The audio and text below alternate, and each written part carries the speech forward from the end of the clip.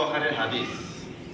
হুজুর সাল্লাল্লাহু আলাইহি সাল্লাম বলেছেন, যদি আমরা রোজা রাখি, রোজা রাখার অবস্থায় যদি আপনি সেহরি খাইছেন, সেহরি খাওয়ার পরে আপনি ফজরের নামাজ পড়ছেন, পড়ার আপনি শুয়ে পড়ছেন, হঠাৎ করে স্বপ্নের মধ্যে আপনার স্বপ্ন দোষ হয়ে গেল, আপনার রোজা ভাঙবো কি না?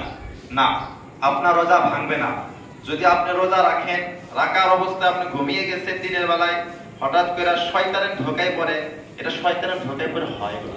যদি আপনার আমার এগুলো যদি হয়ে যায় স্বপ্নে দোষ, তাহলে আপনার রোজা ভাঙবে না। আপনি ঘুম থেকে উঠিয়া সুন্দরভাবে গোসল করবে, যেরকম করে গোসল করা দরকার, আপনার গোসল ফরজ হয়ে যাবে, আপনার এভাবে গোসল করতে হবে, বাস আপনার রোজা কিছু হবে না। বহুত জনে বলে রোজা হয় না। আর যদি আপনি নিজে হাতে যদি এগুলা কাজ করেন, যুবক ভাইরা শোনো, যদি তোমরা নিজে হাতে এগুলা কাজ করো, তাহলে তোমার রোজা ভেঙে যাবে। আল্লাহ আমাদের সবাইকে হাদিস বোঝার জন্য তৌফিক দান করুন।